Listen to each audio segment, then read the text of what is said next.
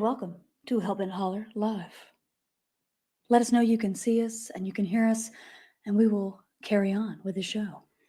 I like this new character. Yes. This is NPR Hellbent Holler Live. NPR Cryptid NPR talk Cryptid. Tonight. Good to see you, Jesse. How are you doing? It's good to see you, Joe. This is another lovely day here at Hellbent headquarters, and we are just so lucky to be amongst a crowd such as this. Since you have FM radio voice. What's up, guys? Jesse Doyle here, along with my intrepid partner, Mr. Joseph. We are so glad to see you guys here today. This is our live show that we do on a weekly basis here on the channel, where we get into a free-form discussion with you, the viewers. We do it every Monday at 7:30 p.m., and we're so glad that you could join us today. If you're new to the show, buckle in, get ready. You'll catch up soon, I hope. Or you'll just be thrown from the ride. Denim Devil Actual. That's Denim the Midnight in the Holler coast to coast voice. Yes. Yes. And then let's just jump the hell in, shall we? Yeah, we're gonna jump right in. Jump right in. Mr. Blueberry said ASMR. We ought to do a Bigfoot hunt ASMR video. I would love that. Just a bunch of crinkling. Have you ever listened to any ASMR? We watch those Korean camping. Yes, those are We very watch good. Korean bougie camping videos, which involve like Korean models, male and female both, going out to various like beautiful Korean Locales. locations with like all of this crazy bougie like camp gear, like And you just inflatable watch- tents. There's no speaking. They just set everything up, and you watch them set everything up for a lovely night in their large bougie tent where they have like fire burning stoves. And they've all got the same dog. They've Yeah. all got the same dog. Yeah. Literally the same dog. There's like 10 people, and I think they share the one dog that they take. They share custody of the dog. Curtis Whitaker. Curtis. Damn, Curtis. Every week you're getting early and early with that, Curtis. Thank you so much. You know, we're just gonna say, don't hurt us, Curtis. Huh? Don't hurt us, Curtis. Don't hurt us, Curtis. Thank you, Curtis. We greatly appreciate that. We my do, friend. we Thank do. you so much. If you like this content, make sure you hit the like button. And if you want to support this content, please consider joining our membership. Our members are what keep this project going. It keeps us free and independent from all of the sponsors that try to sponsor us for these things and control what we put out. So that's how we remain independent with what we do and are able to go out and do the projects we do. Although we are going to Consider a Temu sponsorship. that, but also we did actually get contacted by a night vision company. We did, yes. Who wants us to test one of their night vision binoculars. Yes. And I'm just going, we could use it, but if you're expecting like a professional type, just glowing review, we're going to just use it to look for Bigfoot and then tell people how it worked. Yeah. And I've not heard yet back from them to see if that would be okay. So we'll see if And that's maybe they what. just deleted your contact information. Yeah, let's just get rid of this dude. But Bigfoot Society in the house. Our boy Jeremiah. Jeremiah was very, very helpful to us with a project we have working on. Yeah. A project that we have working on. Is that what I just said? Am I having a stroke? I just smell burnt toast. I just keep you here for your looks. But, our buddy Jeremiah was. We were in dire need of some assistance with something, and I was like, I know who I'll reach out to. I'll reach out to Jeremiah. And I think we've got a small call to action that we're going to put out and kind of put some feelers out. Yeah. To kind of get some people to reach out to us. You want to talk about that now? Or we'll talk about it down the road. Later? But anyway, I reached out to Jeremiah and I was like, I'll see if Jeremiah is not too busy. And Jeremiah messaged me back in like literally 90 seconds and just one of the best people in the entire field. And I say that just with no hesitation at all. So he does not say that lightly. Okie, thank you, sir. Thank you, Oaks. And then the Fiction Factory, Bigfoot's dating profile just says tall hair and good at leaving no trace. Swipe right if you're into mysteries. Anyway, we have, and then Joseph Cannon loves the shirts. Gonna rock them everywhere. We actually had a chance to see, what was it, the Cocaine Dogman shirt that you had a chance to see? No, Or it was support your local local hellbenders. Somebody came into my bar and had one, and I got to see it in person because we didn't order a sample of those. So we did not order a sample of those. So I didn't get to see the print in person of the Support Your Local Hellbender shirt. Holy crap. It is nice. It is really good. The screen print is really good. The detail is great. Colors are great. So I'm super stoked that is coming out, coming up roses on that. And I added some more stuff to the store. I've got a new design that I've added since our last show. I think I added this after our last show, right? Throw the design up. Yeah, I'll throw it up. So, Yep, you just. Mark D, member for 12 months. Mark, thank you so much for your support for the last 12 months. And Sheila P. Sheila, if I remember correctly, you were a member once before. I'm assuming you just rejoined back up. But again, we appreciate the support for it. It allows us to. It allows me to be able to pay Jesse's exorbitant salary, which gets a little higher every month. Otherwise, she'll be over, I don't know, she'll be working for Jeremiah. It'll be Jeremiah and Jesse. You know what I'm saying? My salary. I'll be over here just, That's why I'm still popping beer bottles at a bar. Languishing. Anyway. All right, so here you go, guys. I mentioned that I added a new design to the shop. Right here it is. It is the Where Monsters Roam, Hunters Follow. This is one of the color variants. The coffee mug is awesome. That we've got. I thought this was really cool. And this is one of the only things in our shop that is not on a black t-shirt. Yeah. So if you like a little OD goodness, I got that on there. And then, of course, we got it in this other colorway, Racha. I think that looks dope, don't you? Mm-hmm. That orange and that blue. Love it. So, and it also comes on a coffee mug. But thought I'd share that with you guys. We're thinking about getting onto the cryptid and Bigfoot hunting.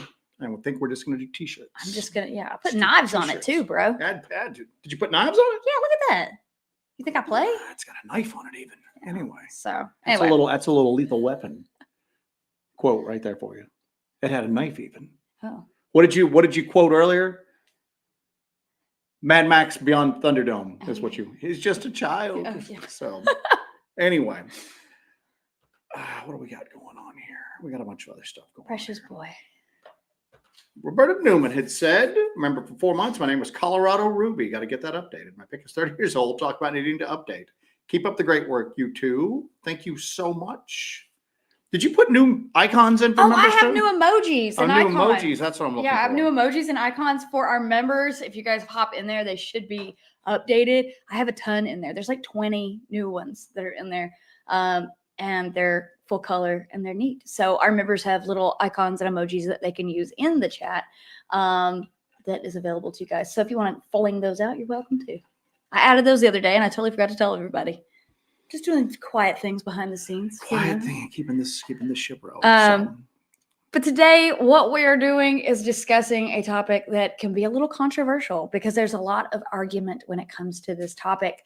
Why can't we or anyone else?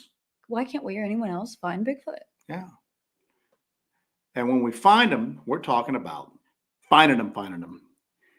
So we were talking about that. We were out on a little project this weekend that involved some scouting. And it's, do you want to just go and say where we were at? Yeah. Yeah, we were up in the Uaris in North Carolina doing a little scouting up there. And we had a freaking blast. We had a blast.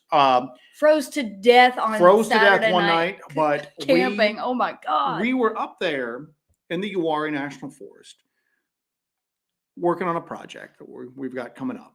And we're up there, and the Uwharries is a hot spot that, at least in this region, is very hotly debated as to whether or not Bigfoot is there. Yeah. It's not that big as far as like a national forest goes. But that's a complicated kind of thing. And it's fragmented. It's very interdispersed with private property. You know, a lot of times these national forests weren't just bought en masse. They weren't just bought as one huge chunk of land. A lot of times there were multiple smaller land purchases that the government did, or seizures in some cases, that were all kind of like, crammed together to make a national forest. Well, sometimes they buy or they obtain land in certain segments, and then there's still private property kind of like nestled in the middle of it. So up there, it's very weird. It's very fragmented. So when you look at the actual numbers online, and I don't even know what the numbers are, know I looked before I went, but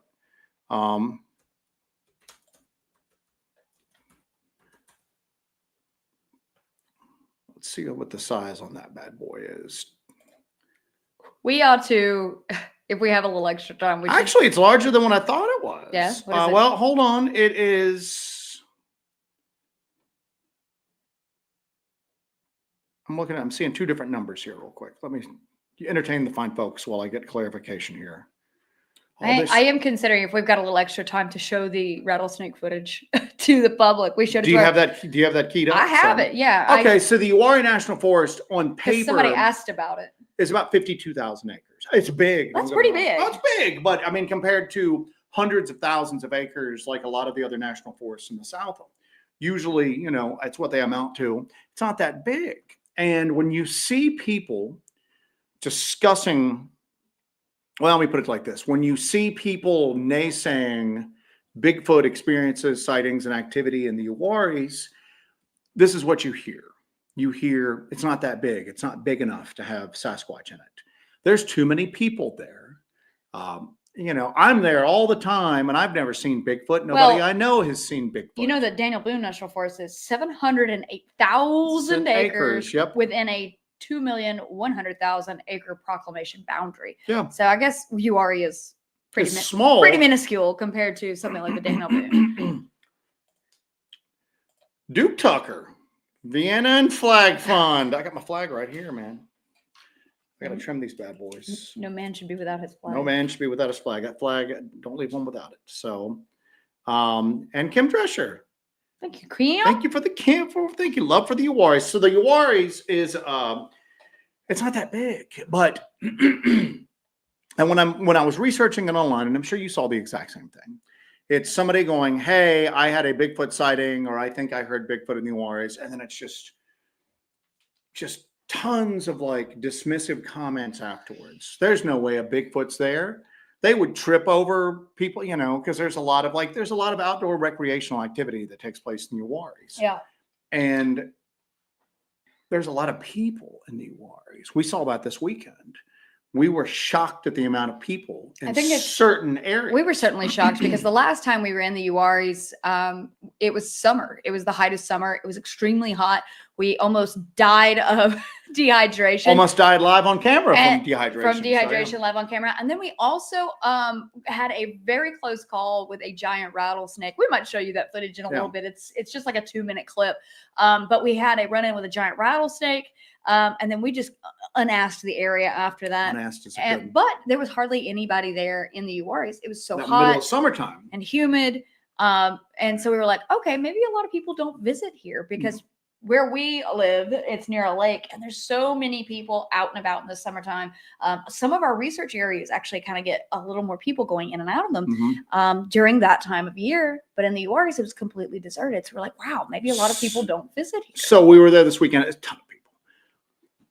But it was interesting because some of the stuff that we've talked about before, I think really became illustrated much clearer for me this weekend.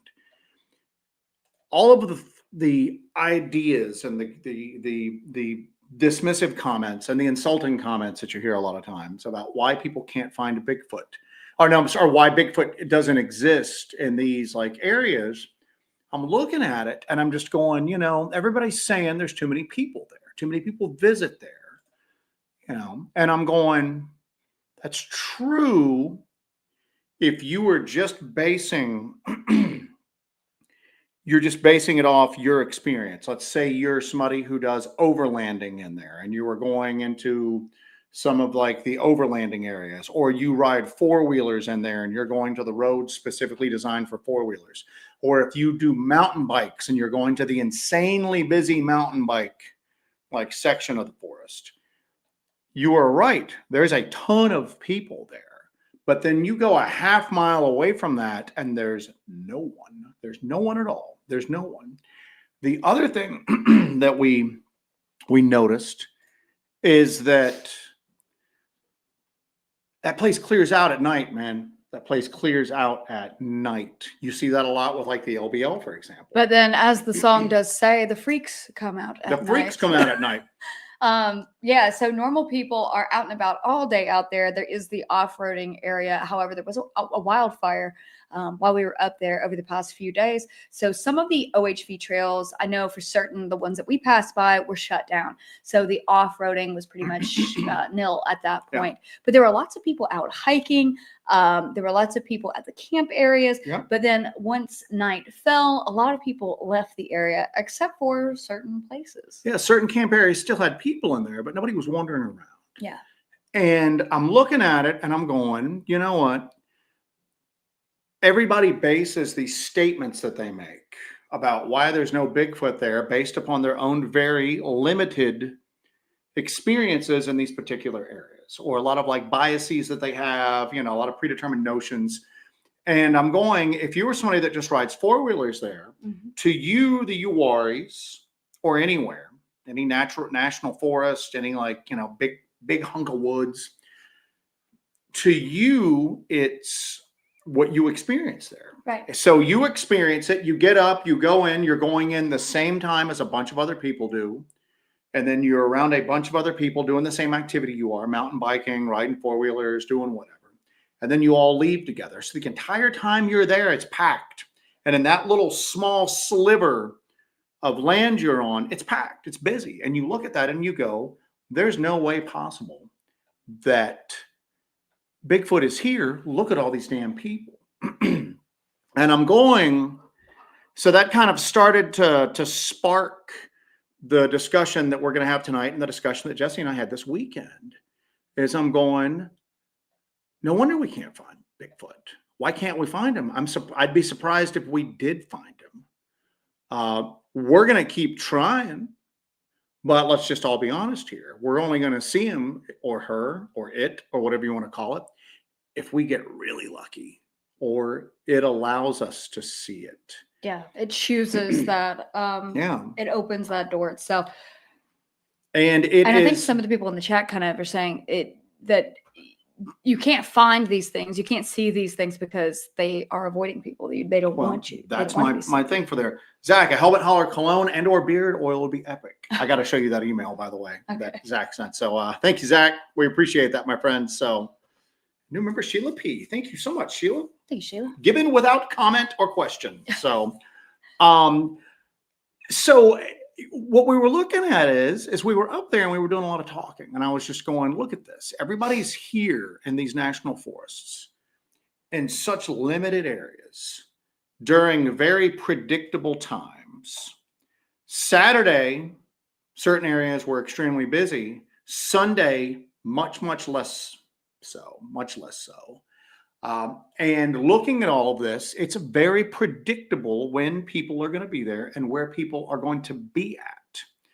And with most areas that are these national forests, there are these hot spots, these gathering spots that people go to, campgrounds, OHV trails, you know, any areas that are around the lake, boat ramps, things like that. Yeah. These are just the concentration areas. And you've got these large swaths of forest that sometimes are just inaccessible for the average person. Yeah. And people have no interest in going into those places. They want to go from point A to point B, engage in their activities that they're doing that day, and then leave. You know, they're not really wandering at random through the forest like you and I tend to do. Yeah. So, and that's the thing, is that, you know, it's like people who go on vacation to a particular foreign country and stay at an all-inclusive, like, you know, 5-star resort, and that's their impression of the country. Yeah. You didn't really see the country. Yeah. You saw a 5-star resort, which quite honestly, you could go to any 5-star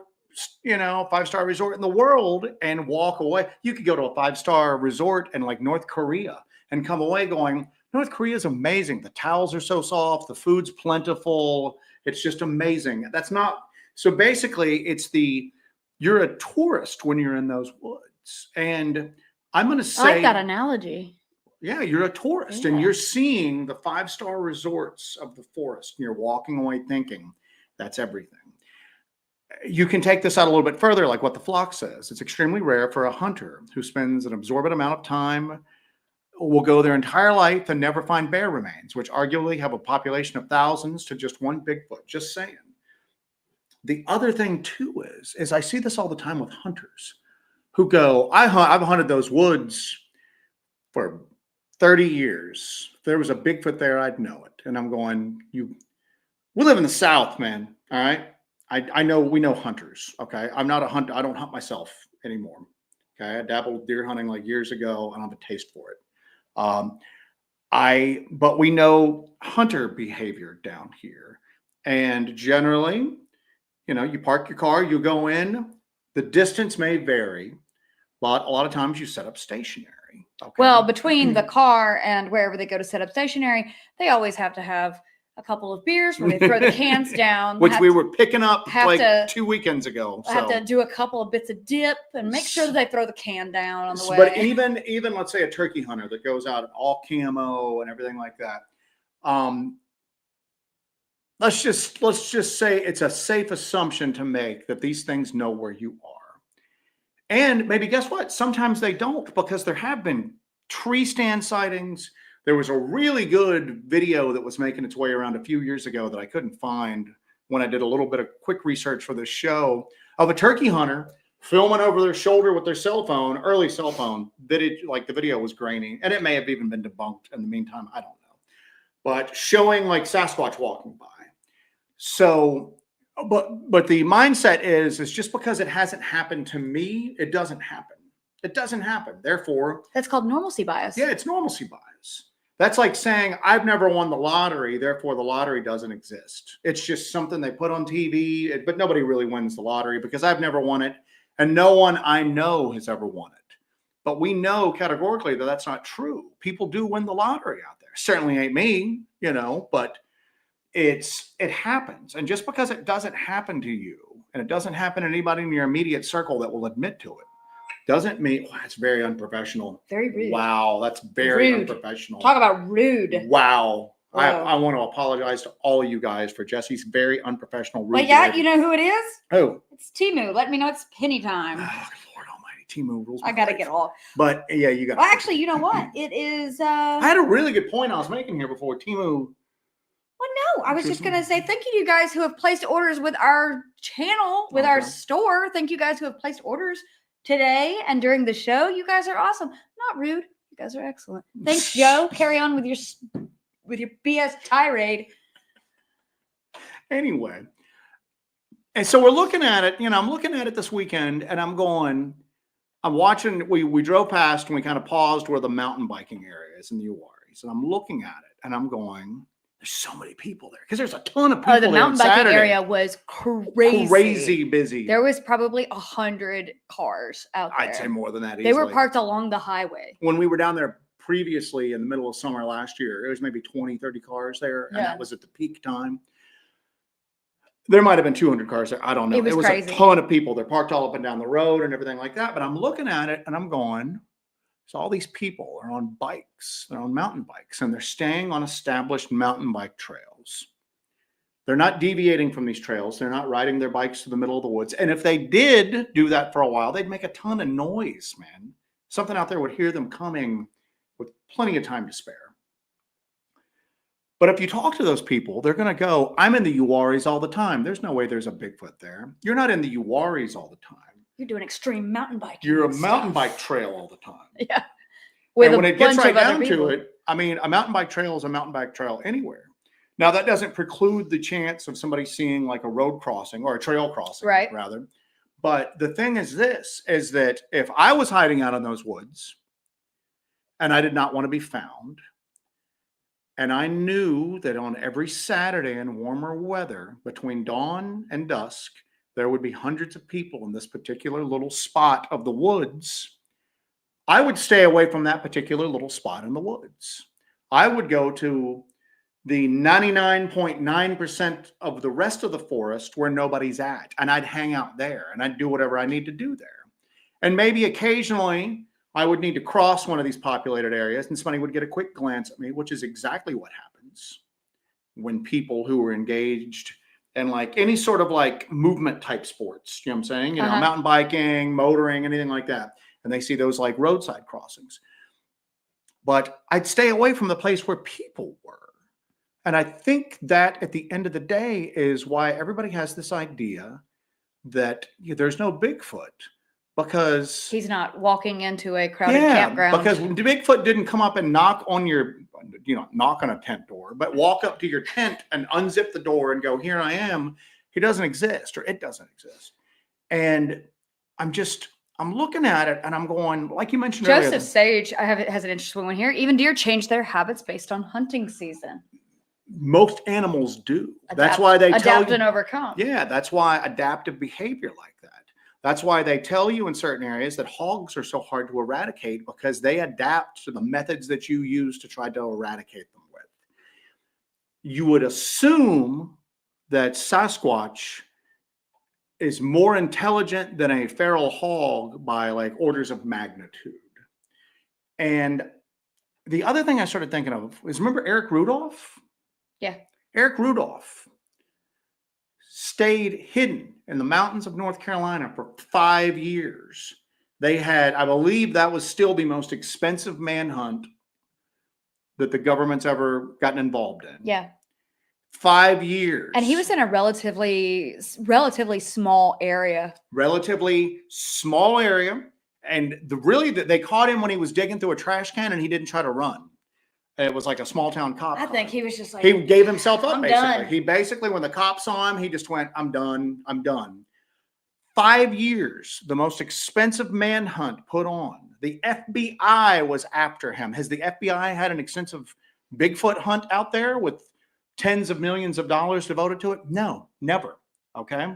One man was able to stay hidden in a rugged environment for 5 years with the entire authority and might of the federal government looking for him. And he dodged them all until he didn't want to do it anymore. Yeah. And then he made the choice to give himself up, basically, at that point. So, O'Shea, thank you for joining the membership. Thank you so much. So Thank you, we O'Shea. greatly appreciate it. Thank you. Lots of cool members content for you. But that's my thing, is why is nobody finding Bigfoot? It's because the odds are extremely against us finding Bigfoot unless something beyond the lottery happens, winning the lottery. The chances of winning You know the what's lottery. freaking crazy? Literally, somebody just asked in the chat, what? Would y'all keep doing what you're doing if you win the lottery? And you just said that. Oh, hell yeah. Are you kidding me? Oh, good Lord. But what's man. funny is you just said, that's what's weird. Is We need like, to buy lottery tickets tomorrow. So for the first time? Yes. We're going to buy lottery I don't tickets. even know. What do you do? It's like that episode of It's Always Sunny where Dee and Dennis try to buy drugs. They're like, I'll one take drug, please. one lottery, please. I think I'll go buy some lottery tickets tomorrow. And yeah, if we won the lottery, oh, good Lord, man. Yes, we would. Then we the would holler-chopter. We would be like on Holler-copter. freaking fire. Because right now we've got so many like ideas. And I think that's one thing that we're pretty good at. I can't say that we're the best at like pretty much anything, but I must say one thing, we're pretty freaking creative and we are really good at looking at problems in new ways that have not been looked at before. And if we had those resources, because I think we're doing a lot right now with just the resources that our membership and stuff like that brings in. Yeah. I mean, you can talk to them. We've got this audio project that we're doing, infrasound equipment. We're fielding more stuff than anybody else out there is, even people who have a lot more resources than we do. If we had like lottery resources, game over at that point, man. I wouldn't tell you if I won the lottery, but there'd be signs. There will be signs. You see me rolling up on a barge. You know.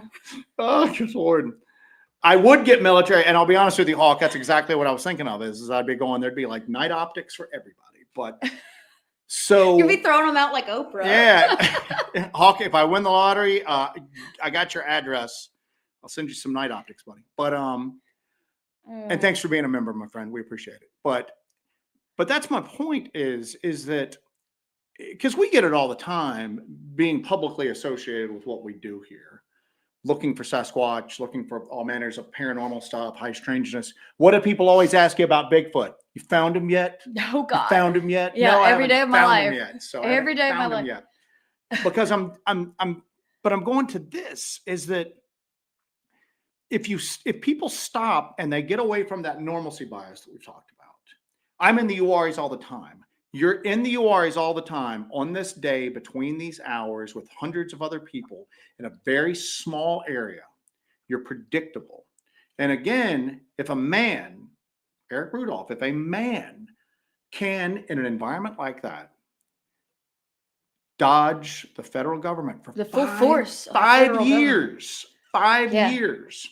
Now take something that, let's just say, it has human levels of intelligence. Now, if okay? Bigfoot got up to some light DT, then maybe he would probably Eh, get maybe searched. a little differently. So yeah, The search would probably get a little more yeah, intense. Yeah, a little more intense. So, but let's just say it's at human levels of intelligence, but it has all the natural gifts, physical gifts and let's just keep anything beyond, like, paranormal type stuff. Let's say that there's no cloaking, that there's no mind speak, that there's no zapping, there's none of that stuff at all. We're just talking about something that is physically gifted far in excess of the greatest Olympian athlete that's ever lived, that has the ability to be hidden and be stealthy far beyond anything any other person can do. But it's just as smart as the people that are out there looking for it. Why would you expect to be able to find something like this? I've often thought about it when I'm in the woods, because we go off trail. You guys have seen us. We go right through the woods. We follow game trails where we can. We love old, like, forest roads. But a lot of times we're just going randomly through the woods, Kind of wherever my intuition takes us. And here's the deal: you're noisy, okay? Animals can smell us. I was about to say, you're noisy. You smell. You've got all of this stuff, and I've thought of this. If I've thought of it once, I've thought of it 100 times. But I've gone, something could be 100 yards that way right now, watching me from behind a tree. And if I take a couple steps forward, it just moves back a little bit. And it just maintains that, because it'd be very easy to maintain that level of distance. And we also, we talk about in our last investigation video where we investigated that sighting, that we were there 18 hours after it happened. We found, I say ravines, but somebody corrected me and said those are gullies, not ravines. So Actually. You've got these dry creek beds, these gullies that are all over the place. And that's something that we observed in the LBL when we were out there countless times, is that all of these dry creek beds, these gullies that just snake through the land, when you're standing on that land and you're looking straight across, if you're a distance away from those, everything looks completely flat. Then you get closer to these gullies and it's a complete drop off. And it's like, you didn't realize there's this whole just pipeline through there that something could travel down, remain undetected. You wouldn't see it running through the forest if it travels down these gullies. Yeah. There's a whole network of these dry creek beds in several of these areas that we investigate, and namely the LBL, where something could travel completely undetected. If you're walking through the forest, you would see at your eye line absolutely nothing. And these things could be standing upright in these deep, deep gullies, just walking along, and you would never see a thing. And so again, and thank you for that, Robin. And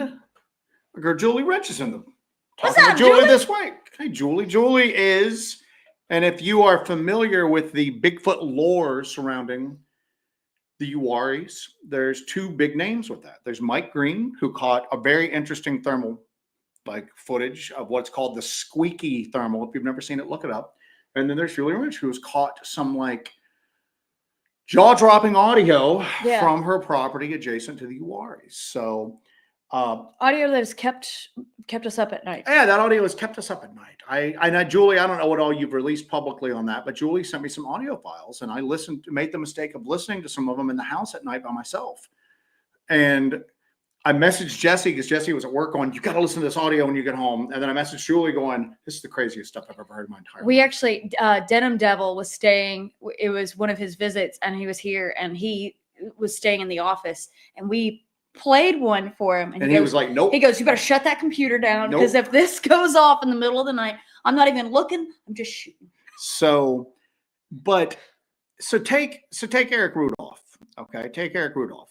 Managed to evade the authorities, a hunt the likes of which, and everybody's looking for him.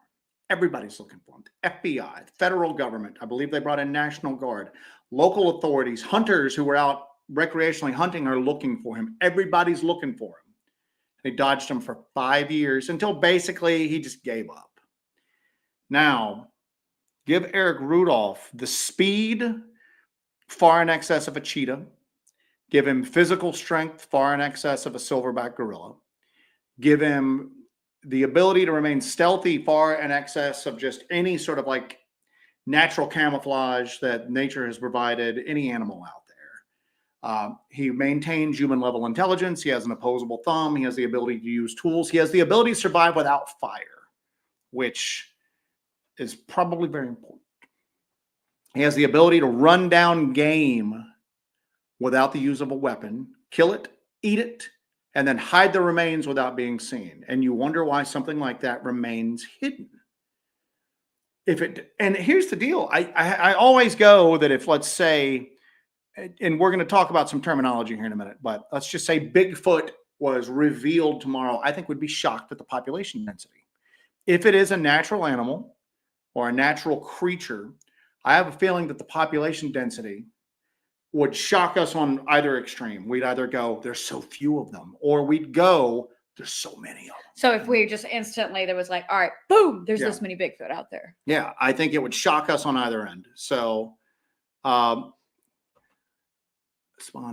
listening, I'm wondering if you've seen the questions above. No, I have not seen the questions above. I'm ranting right now, and I'm yeah, I've got a lot of stuff marked. We're gonna get to. I'm just marking stuff as I go. So what I'm doing is I'm going through the chat. We'll circle back to that. Joe's going, and I'm marking, and then we're gonna circle back and hit all of these chats that I've marked. And we were talking in our Discord earlier about this topic, and somebody made a comment that I had already had prepared for tonight, and I was going, that's exactly where I'm going to with this.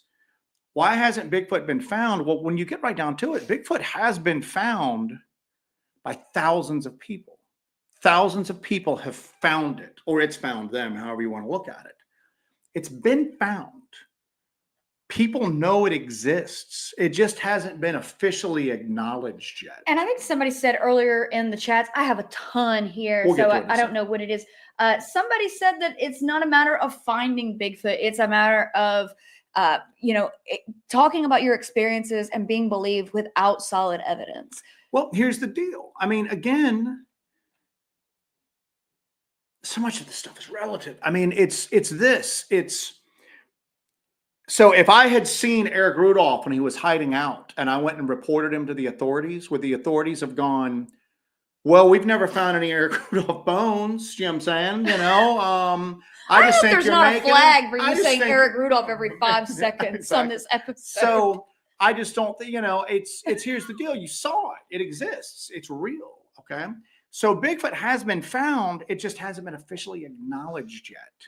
And at the end of the day, I think just like in the UFO community, everybody wants disclosure. You ain't never getting it. You ain't never getting disclosure from the federal government. I don't think the federal government's ever going to admit any of this stuff's right. Even if evidence is laying right there for everybody to see, they're just going to maintain, nope, it's not real, because it's in their own best interest to do that. But I think that we need to kind of get away from this and start changing our mindset and just go, Bigfoot's been found. It's out there. We don't know what it is. We don't know where it comes from. We don't really know a lot about it, but it's out there at this point. You feel comfortable saying it's out there. Okay. Oh, shoot. I've got. Or we're just all crazy. But let me finish this real quick. Right, but we're never going to get official acknowledgement. I just don't think it's going to happen. I don't think we're ever going to get somebody in a suit or a military uniform standing at a podium acknowledging the existence of the being, the entity, the creature, whatever you want to call it. So I think we need to kind of get beyond that and past that. And we need to, if you were worrying about it in the future, in the past, don't worry about it going forward.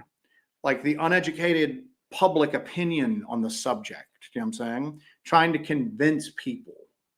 I'll always have people just go, well, convince me that it's not my job to convince you that it's real. I don't care whether you believe it's real or not. You know what I'm saying? We're trying to gather evidence for people who want validation for what they experienced, or who know that it's there, but they want something to kind of back that, that feeling, that intuition up. And that's what we're after, No video that we take is ever going to convince somebody who's dead set that Bigfoot doesn't exist. You could bring a body into somebody like that, and they're just going to be like, nope, it's a mutated gorilla. They're just going to stick to what they're going to not really believe their lying eyes at that point. So But I get back to this, and I get back to it because trust me, we get that frustration. We get that frustration on why, why is evidence so hard to come by? And again, we're two people out there with cameras. We spend a lot of hours every week in the woods trying to get evidence, and we've gotten some stuff, but it's fleeting. It's always fleeting. It's always very brief. It's always, and we've got to start to temper our expectations and go, that's great what we're getting. Okay. And keep hammering at it because that smoking gun's right around the corner. It's always right around the corner. You know what I'm saying? You take the right corner and it's going to be there. But what do you got? What do you got? This chat is flying so Chat's flying so fast. fast. So I think it's the last one on there. I was going to tell you that the mystery is solved. We can end the episode now because Bigfoot himself has chimed in here. hold a second. So I like Ike. Thank you, Ike. Maybe use AI to answer some questions. Ask Grok. Well, that's pulls from what's on the internet. Yeah, So it would not have anything new to add to the program. Bigfoot himself says no Bigfoot bones due to cannibalism, and that might be the case. If you've got, and I was thinking about this today too. But yeah, but you're not eating the bones if you're cannibalizing. Yeah, well, you're not going to eat the bones, but I mean, at the same token, it's like this: if you have something out there that has no natural predators, okay, nothing predates upon this, not even man. Man predates upon anything under the sun. I mean, since we gained the ability to throw sharp sticks, we've been able to bring down pretty much anything that walks the earth. And yeah, there are occasional rumors and stories of Bigfoot being shot and killed, but for the most part, we don't predate upon it. So if you have a species that has no natural predators at all, including man, well, then the likelihood of violent death, unless there's any sort of like interspecies conflict, all of a sudden it's almost next to zero. So then you're left with illness, starvation, old age, accidents at that point. Given the physical gifts that these things supposedly have, the likelihood of accidents goes way, way down at this point. Yeah. It goes way down. So now you're looking at starvation, old age, illness. It's if you have something that has the ability to travel and is intelligent and has all the resources of the forest open to them, starvation kind of starts to become less likely too. Mm-hmm. So you've got old age and illness then. A lot of animals, when they feel they're sick, go off and hide and die. And that's instinctive. Now, if you add intelligence onto that instinct, and that goes from anything from bears to the common house cat. And elephants will do that. Yeah. I mean, so now add human levels of instincts along with opposable thumbs to that. Why do we think we'd be able to find them? Okay. And if there's any sort of support structure, if there's any sort of community or family type support structure, old age and illness, one of these things dies. It's not existing in a vacuum. There's others of its species there that can make sure that the body's never found. They're intelligent. They obviously understand their staying hidden is purposeful. There is a purpose. There's intent in it staying hidden. It's not just happenstance that these things try to avoid us for the most part. It's not happenstance that we can't find it. It is literally trying to stay hidden out there. Okay. And again, I think sometimes some of them are unlucky or just maybe poor judgment or whatever, and that's how they're seen. But you start to do this and you're going, have you found Bigfoot? No. Why would I have been able to find Bigfoot at this point? We're looking for a needle in a haystack full of other needles that's the size of a city. It's next to impossible. And then you can go into everything else. Well, what about helicopters with thermal imaging and blah, blah, blah, blah, blah. You put a solid barrier between you and thermal imaging doesn't work anymore. The forest is filled. Not even a solid barrier. I can use my thermal imaging out in the forest on a foggy night and my visibility is reduced significantly. It's not a magic bullet for some of this stuff, but it's definitely helping. Yeah. We've made advances in thermal imaging that to like the consumer is able to purchase thermal imaging that was just a dream 10 years ago. So it's definitely helping. We utilize it all the time in our research, and we've caught some really crazy stuff with it.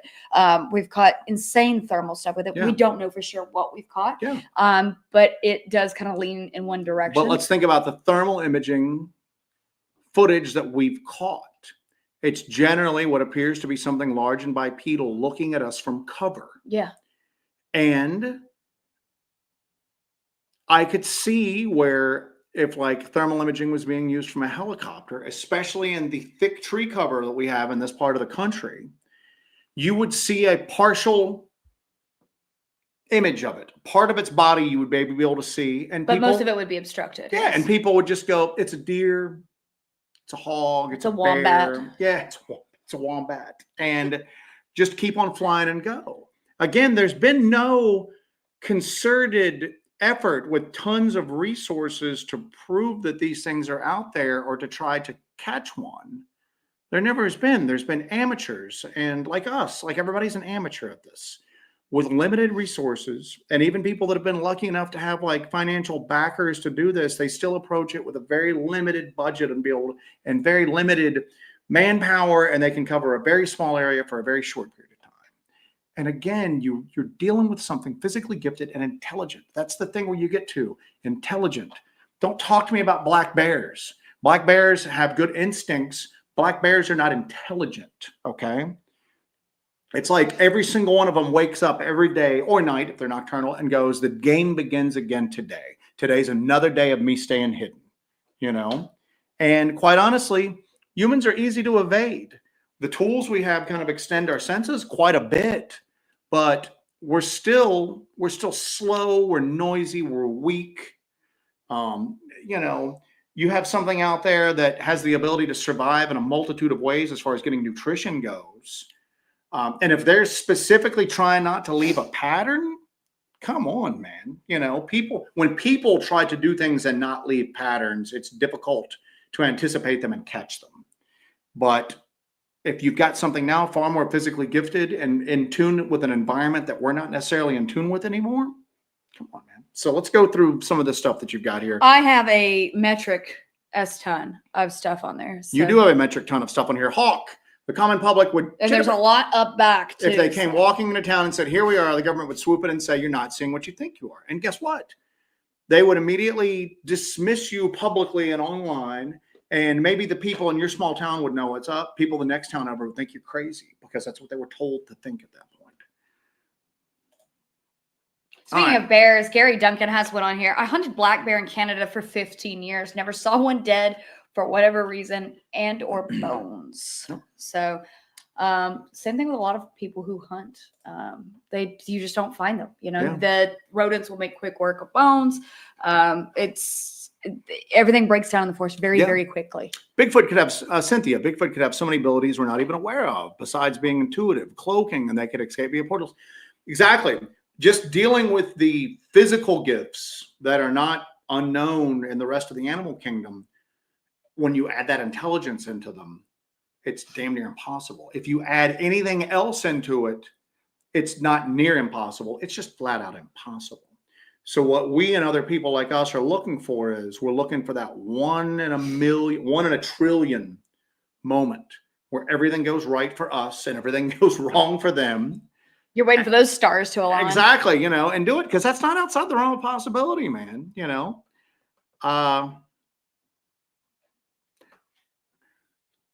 Kenny Hess, West Virginia's full of bears, but they're usually seen crossing the roads. In our research area, we see a lot of bear tracks, but I've never seen one. Yeah, we don't see a lot of bears. There's a ton of black bears. We've never seen one out in the woods. We saw one crossing in front of us, and where were we? We were in Oconee County, South Carolina, and we're driving up to Oconee State Park, and it was right before we got into the park where we were just going to go for the day because we were going to go actually do something leisurely. But we went to Oconee State Park, and right before we got there, this giant black bear crossed the road into the park. And we've been out in bear territory. We've been out in bear sanctuaries. Yeah, in North Carolina, there's a bear sanctuary that we've done some research in, and we were out there for a while, and that was a place that that is absolutely chock full of bears, and we never saw a sign of any. And I guarantee you at times, well, there was one time when we were coming down a trail and we heard some chuffing, and I went, I think there's a mama bear and some cubs ahead of us. Let's back out of here real carefully. But other times, there's probably bears out there that are keeping their distance from us. And guess what? The clumsiest black bear out there can move through the forest far better than we can. Yeah. You know what I'm saying? And we're in the woods a lot. And especially since we are in black bear territory, that they're going to avoid you. Yeah. So Castle Bay, maybe your chances will increase with the contact experiment. So that's the whole goal of this, is to try to do stuff that has never been done before. Don't go out there and just beat on a tree with a stick, and then you hear another tree knock, and my job here is done. You know, I guess if you're going for a tree knock, your job is done. That's not what we're going for. We're trying to get something, more data. You know what I'm saying? More data, footage, thermal, audio, something more than what we have right now. All right, here's my other thing that I was going to earlier. What the flock? Also remember that more than half the people in national parks don't believe in Bigfoot, and they're not aware of their surroundings. We were setting up camp Saturday night. We had to go to a different part of the forest for some reasons that were outside of our control to bed down for the night. We ended up in a small, like, semi-primitive campground type thing. That's off the beaten path. Off the beaten path, but there were still other people there. Mm-hmm. And we showed up late, and there's like somebody in like the next campsite over, and they're already in bed. So we're trying to be very quiet, setting up. But there's a whole campsite full of other people, like 50 yards. Is that a good approximation? Maybe away from us. But we don't want to try to be too loud and wake up a person that's like right next to us. We're trying to set up in the dark and try to be quiet, which made it that much more difficult to do. And we're out there, and we heard vocalizations that were not coyotes, that sounded very Sasquatch-like. And we're trying to rush and get the camera with the shotgun mic and try to get it in play. And of course, I buried it with like sleeping bags because I was trying to, and I'm kicking myself for doing that. But what's crazy is we're flipping out. The next campsite over never really didn't pay any attention to it at all. They either didn't hear it because they were talking, or they heard it and they just assumed, oh, it's natural wildlife. We hear a lot of coyotes. It wasn't coyotes. Wasn't coyotes. They dismissed it because what else in their mind, what else could it be? There's no Bigfoot. It can't be Bigfoot. It's got to be coyotes. So yeah, you get these people that their minds are already made up, and they're not going to pay attention to evidence when it crosses their paths at this point. So Kim Drescher, at the end of the day, I think every place, everywhere has the possibility of high strangeness because, well, we don't understand the nature of our own reality here. We don't. I'm gonna have to put the slow mode on the chat going forward, like, because this is, I mean, I'm behind right now, and I've been just hammering at this. Yeah. You guys are whipped up. Not today. I'm a boy, not today. It must be the questions you're talking about. Dude, biology alone when it comes to upright walking, opposable thumbs, tool use, etc. Sasquatch would be on the same intelligence level as Neanderthal. Bigfoot is underestimated. I don't see the second part of that. May not have got it, but I agree with it. I can find it if you. That's fine. Okay. And then Joe Douglas. I think the odds aren't against you finding Bigfoot. The odds are against us all reporting it. That's what I was referring to earlier. Yeah. Well, I mean, again, what's verifiable proof at this point? And what will be accepted as verifiable proof? You know, even if you show a video, like we've been over this fact over and over again. Say you show a video that you capture of a Sasquatch. There's always going to be this huge group of people who are going to deny it's real, because we've all been hoaxed so many times with all these videos coming out. Everybody has been shown BS over and over and over again. And then with the improvements in AI, it's a good excuse that people have to say that all of this is fake, no matter what. And everybody's always going on about like DNA, eDNA evidence, da da da da. I can't tell you how many times over the years. And you guys have all seen it too. People have gone, oh, they came back with DNA that could not be identified. Hard stop, then they just go on to the next thing. Okay. There's no DNA, there's no Bigfoot DNA in any of the data banks. So they find DNA they don't recognize, and they either go, it's been corrupted, something's going on, and it's just tossed out. Even a body. I don't even know if a body at this point. I think people who are gung-ho and not believing this stuff, there's nothing you can do. Nothing you can do. There's nothing you can do. The only thing that I think that it would do is maybe just reinforce those who already know what's out there, you know. But let's see some other stuff you've got started up here. Mr. Blueberry, if the government admitted Bigfoot was real, it completely ruined the logging industry. We hear this. You hear this all the time You do about hear the this all logging the time. industry And it's or land but development. that's something that I struggle with, because you would think that if anybody knew what was going on, it would be people involved with the Forest Service. Well, you could always say it's a cover-up at that point to protect these industries. It might, but again, a lot of those people are very environmentally conscious nowadays. You know? That they would not allow this to continue on if the species was actually out there, that they would stand up and fight against the logging industry coming in and cutting down large swaths of land. Jack, this isn't our topic, but you were kind enough to donate a few bucks to us. So we will.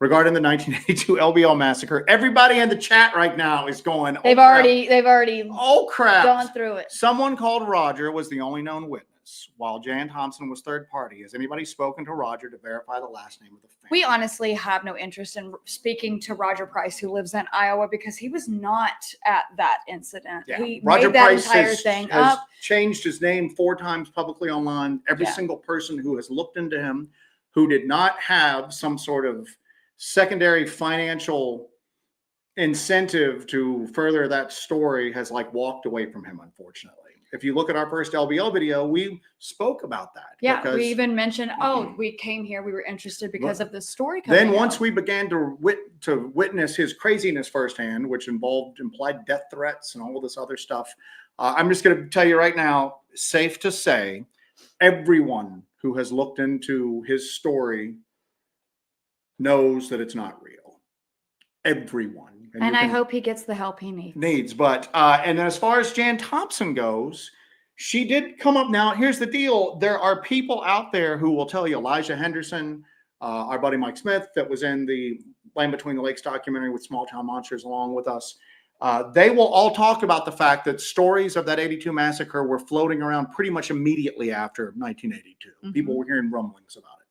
So where Jan Thompson kind of brought that story to the forefront, I don't think the story originated with her. I think that and this is my thoughts, and we actually talked about doing an LBL kind of debrief, just info dump one night. Yeah, because there's so much that we discovered over the years that we've really not talked about publicly. That nobody talks about. Nobody talks about publicly. The area that everybody is focused on as far as the massacre site, as far as where it's happened at, there was never a campground.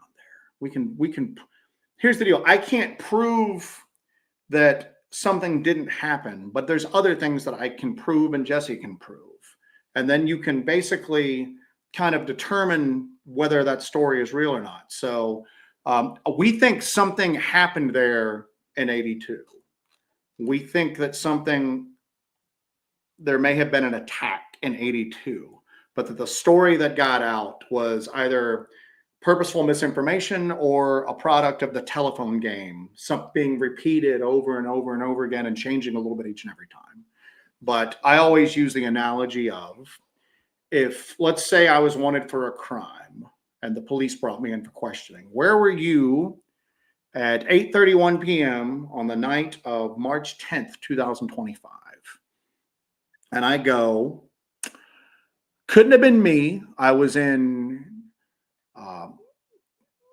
Bill's Diner on Main Street in downtown Pensacola. And the cops go, okay. And the first thing the cops do is they go and they look, and there's no Bill's Diner on Main Street in Pensacola.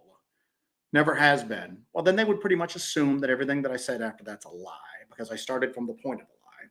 And that's where we're at with the 82 massacre. When you start with the fact that you claim that you were in a campground that never existed, and at least in that particular area. But there are campgrounds in the LBL that were closed down in 82, and Jesse and I found it. So there's that. I hope that answered your question, but there we go. Not today, Saban. I'll be at Southern Heart on the 21st of this month without fail. I'd love to finally spend some time. Wait, are we out of? Yeah. Damn it. I'm going to reach out to you tonight, buddy. Like ships in the night. Damn it. Grizz said, bring back Dark Dives on the LBL. The debrief on the LBL is a long and sordid tale. It would take a while for And I'm just going to tell you what we did with the LBL, and we're getting sidetracked here a little bit, but everybody likes to hear the LBL. Everybody likes to hear about the LBL. Is that we approached it LBL research, and especially 82 massacre research, has been a lot of circular reporting. I tell a story to Jesse. Jesse tells a story to that person tells a story to them, and then it comes back to me. And that's something and I go, well, that dude said it too. Well, the story originally generated with me. It's just, so we got out there and we did what we do. We go self-confirmation is what that's called. Yeah, on the ground, just looking. Get in there and beat through the brush. Get off the picnic tables and all of that, and just get in there and look. The first thing that we found was in the area where there was supposed to be a very fancy RV campground, there's trash heaps from the 1950s and sometimes earlier that are just there exposed. You can walk right on them and pick up beer cans from the 1950s, old glass bottles, pieces of rusted metal. And they're all from the same general era. So you know that this trash was put here at the same general And time. it's just there. Some of it's partially buried. Some of it's completely exposed. And thank God for the beer can collectors of the internet, because that's how I identified the years in which this trash, this refuse was put out there. Yeah. So, but anyway, if you're going to build an extremely expensive RV campground, one of the first things you'd probably do is make sure that there's not broken glass and rusted, jagged metal there for people's kids to injure themselves on. So the fact that you see that there immediately made us go, there was never a campground here. Well, there's all these bunkers and there's this now. As a TVA work camp, you can go through and look at aerial photography from over the years. Like some people did. And then other people go, well, that's been covered by that's been a cover up by the government. Well, then you go to like small local libraries and everything like that, and you can find stuff on microfiche that hasn't been edited or altered. That announces all of the campgrounds that are open for the 1982 season. You can find microfiche of every campground that was open for the 1982 season. I repeated myself again. You can find newspaper articles from 1981 talking about the upcoming camping season and where every single campground in and around the LBL, an exhaustive list. You can go there and look at it, and there was never a campground in that area. You can even go on eBay and you can find a promotional map and piece of material. Wish I knew where that was right now. I'd pull that up. And you can buy a promotional map and pamphlet that was from the Land Between the Lakes in 1981 that was promoting the 1982 camping season and everything that the Land Between the Lakes had to offer at the time. That was printed in 1981. And that area that everybody's fixated upon, again, there was never a campground there. We thought there might have been for a while, but then we kept digging into it, and we don't think that there was ever. It's a remnants of private homes that were in the area, and then the Tennessee Valley Authority work camp that was there. The other thing too is there's a cemetery right next to it. Nowhere else on the LBL do you find there's another RV campground there. There's no cemetery right next to it. Okay, you wouldn't just have like, I'm going to park next to the graves here with my luxury RV, which in 1982 was even rarer than it is nowadays. Okay, so there's all of these like concrete reasons as to why there was not a campground there for a massacre to take place in. However, there is a campground on the southern end of that the peninsula shut down abruptly in 1982 for a BS reason that was considered the jewel of the LBL. That had luxury RV spots that was along a winding creek that we found. Yes, and it was shut down for maintenance, and then it was shut down because technically they can't afford to keep it open. It's the largest money-making venture on the entire peninsula, but suddenly we can't afford to keep it open. So we think that's where it happened. But again, we can't be positive. But we think something definitely did happen. We think that there was some sort of attack, but this location is not quite right. I think it's years of a telephone game and circular confirmation bias has really just turned this into something that is just so convoluted over the years, which happens a lot with stories like this. Something that's so sensational and so, it's kind of an iconic story for the area. But again, it's a good story. Yeah, it's but again, here's the deal. You don't want to say it's a sexy story, but like it has a lot of heat. Well, but let's also look at this though too. Is that let's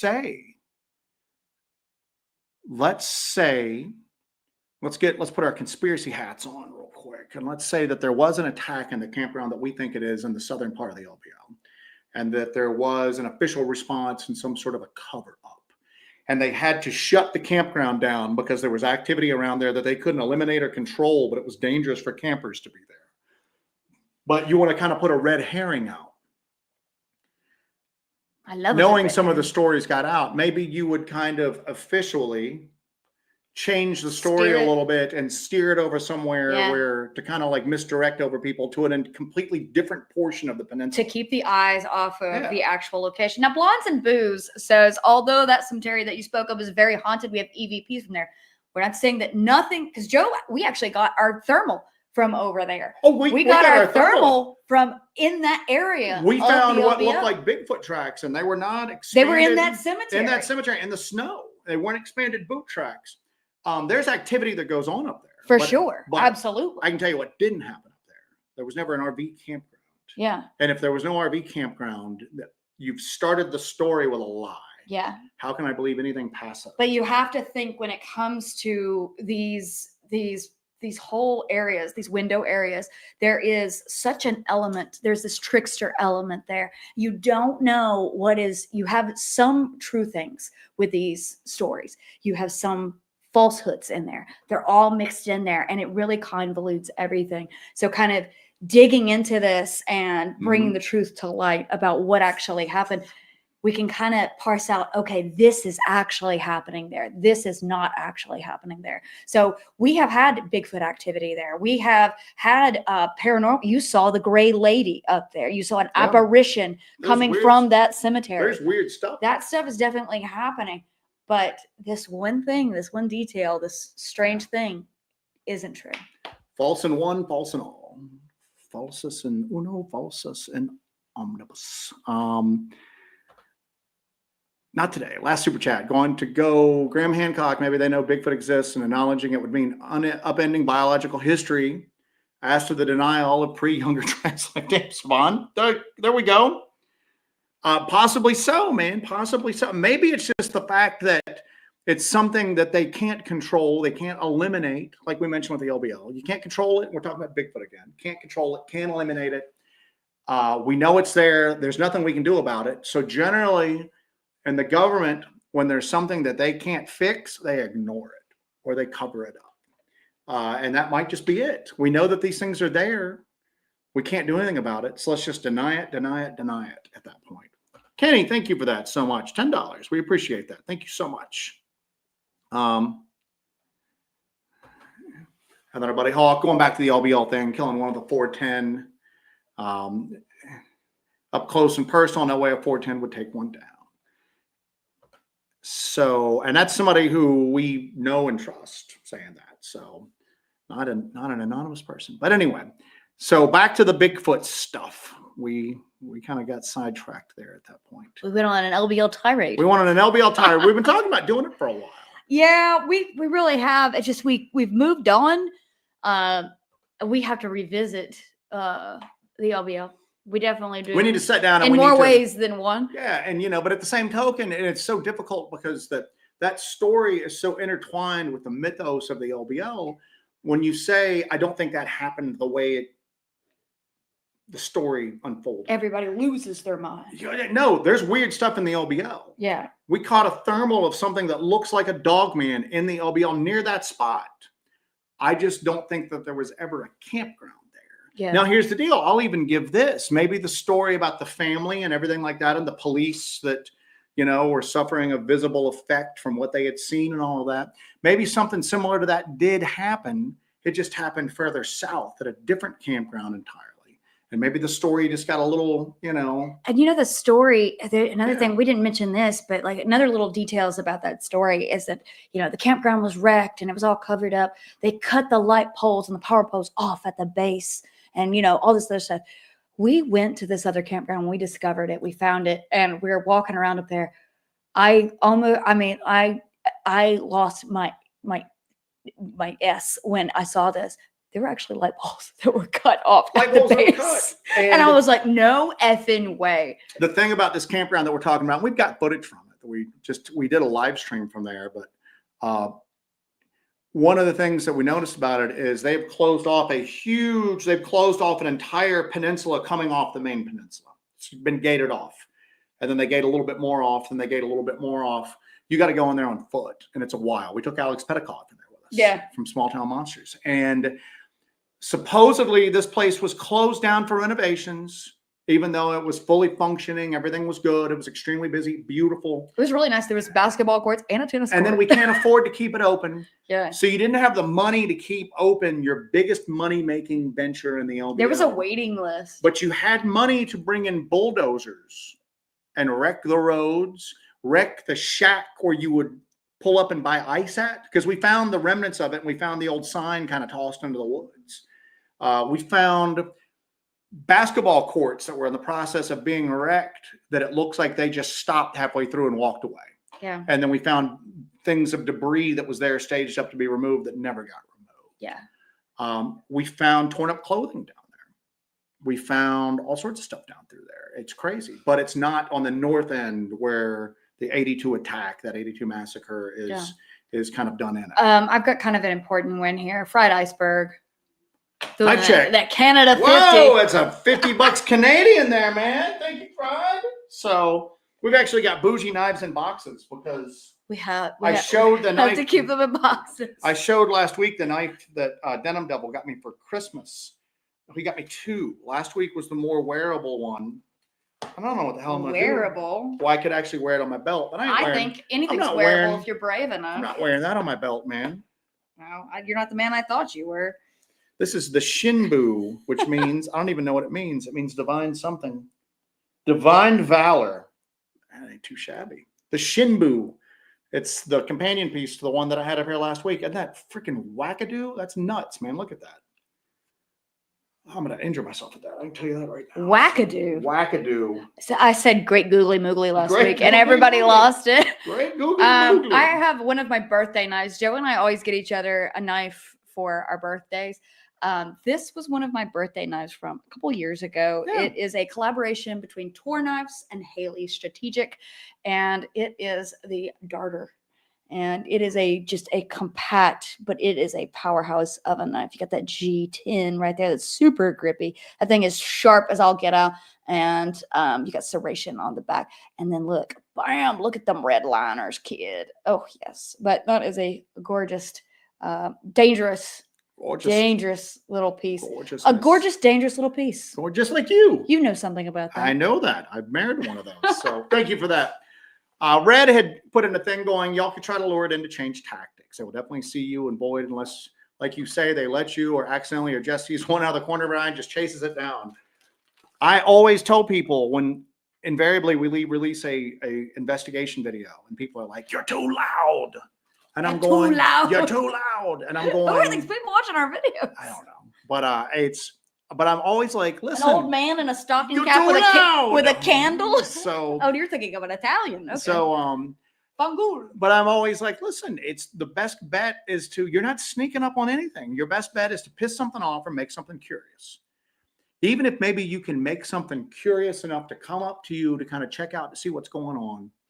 And then maybe we get a glimpse. We get a real good glimpse. But I mean, again, you ain't sneaking up on nothing out there. These people that are like, silence is golden. And I'm going, we go quiet to try to let the microphones catch stuff. Yeah. So that we have proof. One of the craziest sightings that we still don't know what was going on with it, but one of the craziest reported sightings we had, people were setting off freaking fireworks and threw something in. Yeah. That's the exact opposite and they of had like quiet. Yes. Yeah. The people with the dogs that time that we still have not been able to get anything. Okay, asked Joe, have y'all tried gifting Bigfoot? We do not.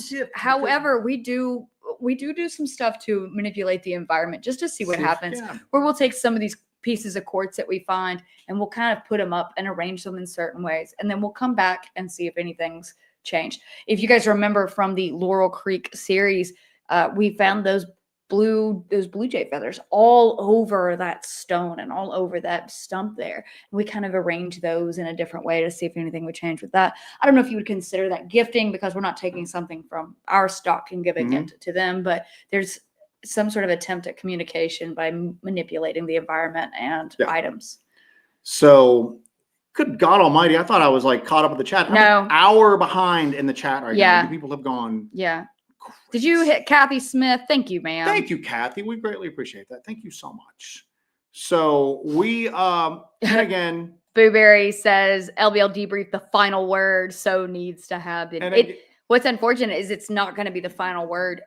We are going back we'll to go the LBL. back. It's just, there's certain pitfalls that have to be avoided to go back down in there. Part of which is we have a completely different take on the LBL than almost everybody else does on it. But we can at least stand there and go, this is why we have a take.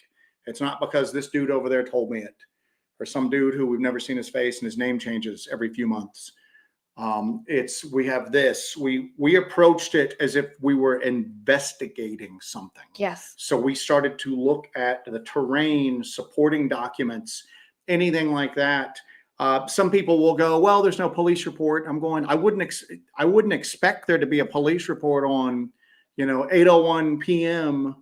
We responded to a dogman attack and the LBL family killed. I wouldn't expect that. I wouldn't expect something that you could easily find. We're not looking for that. Somebody gets shot in the next neighborhood over. I have a difficulty getting a police report on that. And I heard it happen. So but we try to look for things that are supporting evidence. Was there ever a campground there? What other sort of stuff can you take from the story? In order for this to happen, it has to happen somewhere. And let's start there. You can't build a time machine and go back and look and watch it, although that would be awesome. Maybe that's where those lottery funds would come in handy. Dewey, you out there? Can you build a time machine? Anyway, but you can go and look, okay, what parts of that story can we verify? Campground. Let's see if we can ever prove that there was a campground here. We can't. Pretty much prove that there was never a campground there, though. So once you do that, the house of cards starts to fall. And then you start going, all right, so we don't have that, but we do have a campground down here that supposedly closed down for pretty murky reasons the same year. And there's a ton of dogman reported activity in that area. A ton. And that is much closer. Now, we've had weird experiences on the north end, but the south end is where it seems to be really hot at. Yeah, and we have documented experiences down there. Hans Baraccio says, y'all might be interested to hear this. CCW has been against the rules in LBL until now. I reached out to the U.S. Forest Service in LBL, and they said CCW is now allowed except in federal buildings. If that's the case, then looks like we're going back to the LBL. That's been the case if you call and speak to them for a while. Yeah. That unfortunately, and I'm hoping it changed because the conversations that we have had with law enforcement down there went very similarly. Don't open carry. Don't carry into any sort of buildings. If you are approached or you have any interaction with law enforcement, immediately let them know that you are armed and present your CCW to them. If you cause any problems while you're armed, they're going to bury you under the jail. That anything they can throw at you, they will. That was kind of like the unofficial policy. But the problem is this, that at least we looked at is that an unofficial policy, it's being changed on somebody's whim. It can change back on somebody's whim. So if what you're telling us is true and the rules have been changed, that's a game changer because the LBL. If the rules can be officially changed, like into where I can look at that and that it's an official change of rules, then we'll probably be back a lot sooner than what we anticipate. For sure. But because we're not going unless that's changed. Yeah. Between the human element of the threats against us and then the threat of whatever is out there, it's too dangerous for us. Because here's what you run into is that obviously we have a different opinion about parts of the LBL than most of the other LBL community does. We can back ours up with stuff that you can tangibly look at and see and not just stories. And instead of people going, well, I disagree with you, Jesse and Joe, and here's why. It's not that. It's, hey, I'm going to dox you guys and call the cops on you for fake charges, hoping that will drive you away and shut you up. And if you're down in an area where you're not supposed to be armed at, and all of a sudden you have police officers or the armed force service people coming up to you because they've been called that you're committing a crime, the chances of something going south. Pretty high. Pretty high. I don't want to get shot out there. You know what I'm saying? So, but it's always dangerous for the man on the street who claims the emperor has no clothes. Exactly. So, and I'm sure that this is going to, we wouldn't even have addressed this tonight, but you were kind enough to super chat, so we'll at least answer it for you. Oh, Ristol. It's going to probably start with a back crap to storm. LBL. Yeah. I still find that wildlife research trailers surrounded by barbed wire to be interesting / compelling. More interesting than that is when you look at the bunkers on the north end, which some of them are visible rainwater cisterns. Jesse, it's called research. Jesse investigated this, and there's a mostly intact farm, Empire Farms. Yeah. And you can go there and you can see the same concrete structure. It's their cistern. It was built during the same era. The cistern it's built of the same materials. So it's the same shape. It's the same size as a couple of these. If you go and you measure it. Now, to be fair, there are a couple structures, and if you watch the LBL documentary, you saw us take Shannon LeGros and Aaron Deese to them, that aren't readily identifiable. But near that environmental monitoring station is technically what it's called. Near there is something that legit looks like a small bunker structure that a couple of people could go shut themselves in And we an found emergency. the door for it. We found the door for it, an armored door with 2 panes of reinforced glass that you could look out of, wiring between, that bolted on the inside. Yeah. And people are going, well, it's a storm structure. And I'm going, you don't see any more hurricane structures down there or tornado structures anywhere else down there. Just near that environmental monitoring And this station. is not built like what you would expect a tornado or hurricane structure to look like. This is built like, it literally looks like something that a few people would go into short term to lock themselves in because something dangerous was trying to get up at them. We found gouges, claw marks on that door. And again, you don't know. Somebody could have been in there with a screwdriver just messing around. But why was it built in the first place? That's what's weird. God, you know what's crazy to think is that, okay, this is all speculation. Let's put our speculation hats on. Speculative hats. Let's put our speculation hats on. Wouldn't it be crazy if there was somebody out there? Because that's pretty far flung in terms of the LBL. It's not near any recreational sites or anything like that. Wouldn't it be crazy to think that there were people out there monitoring something, and you've got the fence up, and then that's basically that bunker, that concrete, and the walls were this thick. Oh, the walls are that thick. It's steel reinforced concrete. So imagine that was basically, oh Jesus, this is so crazy sounding, like a dog panic room. That's what for the researchers. Now, that we were did there. have people contact us after we released And that that banana footage list and thing. told us that there were rumors that there were little stations set up to monitor activity, and that was like a safe room that they would run into. Now, the thing you look at is that fence wasn't that tall. No. But it was still barbed wire. I don't know, man. It's taller than you. It's taller than me. But And you're the tallest man in cryptozoology. I am the Karen, thank you so much. Toward more knife purchases or maintenance. That is not cheap either. We're actually liquidating knives for equipment right now as we speak. So it's going to be a boring knife check. Yeah, it's going to be a boring. You're going to get a new recorder check or a new camera check. Julie Bug. Hey, Julie Bug. Keep doing what you do. Much love. Thank you, Julie. We appreciate it. So, but it, but you know what? The same thing as this is that we're kind of bouncing back and forth between two topics tonight, but it's the same thing in the LBL. There are structured campgrounds down there that see a lot of foot traffic. There's a horse camp. There are horse trails. There's an off-roading thing that's insanely busy. Okay. There are hiking trails through there, and people hunt through there. Most of the hunters have got their areas they go to. They set up stationary, then they kind of go back to their vehicles like later on. The people that are really getting into these hard to reach areas on foot are usually people that are looking for solitude, or they're up to some shady activity. Which they want a little solitude for. And they are going to be the least likely to report anything strange they come across to the authorities. Yeah, how's that gonna go? So I was out there cooking my meth, and I just run across this dog man. He's out there just chilling, and he threatened my life. He had a broken bottle, and you know, what the hell's these dog man up to, for God's sake? It's meth dog man out in the LBO. Well, I have a William Kennedy for when I had my. This is back when I showed my knife. This is hilarious though.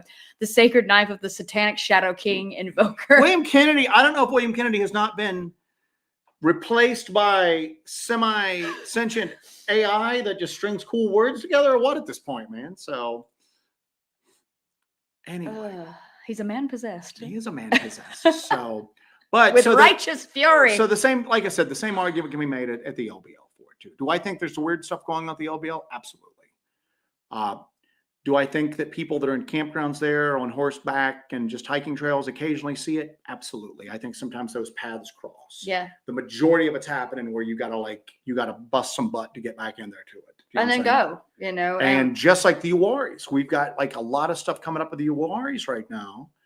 That the Uwaris is a perfect example of how stuff like this could stay hidden, because the people that are there touristy, they're loud, they're in small spots, they're very predictable, then they're gone. The residents there, some of those people up through there could have a family of Bigfoot living in their backyard. They ain't reporting it to the man. You know what I'm saying? You got a real distrust of authority in that particular area. Yeah.